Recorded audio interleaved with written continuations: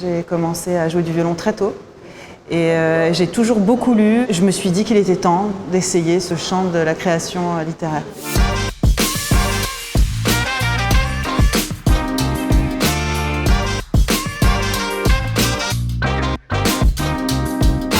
Alors, je suis invitée dans le cadre du festival Les Bibliothèques Idéales pour une lecture musicale de mon dernier roman qui s'appelle Le Grand Feu, qui a été publié chez Grasset, qui est sorti dernièrement. Et je vais donc jouer du violon, parce que je suis aussi violoniste, et lire mes textes avec une claveciniste. On va jouer de la musique du XVIIIe siècle.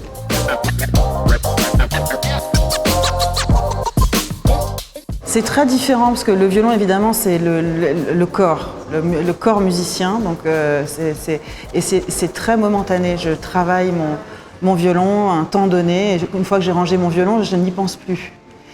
L'écriture d'un roman, c'est vraiment sur un très très long terme, c'est 1 an de travail ou 2 avec de la documentation, et même quand je n'écris pas, je suis en train de travailler, donc c'est pas tout à fait les mêmes temporalités.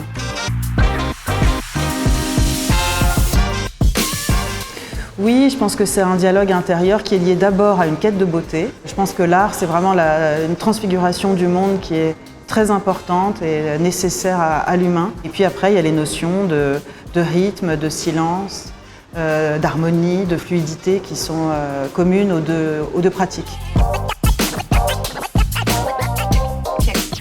J'ai écrit un livre qui se passe en 1700 et je me suis aperçue qu'autour de 1600-1650, il y avait tout un groupe de femmes très féministes à Venise qui écrivaient des traités sur comment être une femme, qu'est-ce que c'était le mariage, qu'est-ce que c'était le célibat. Donc ces questions, on se les pose et on se les repose.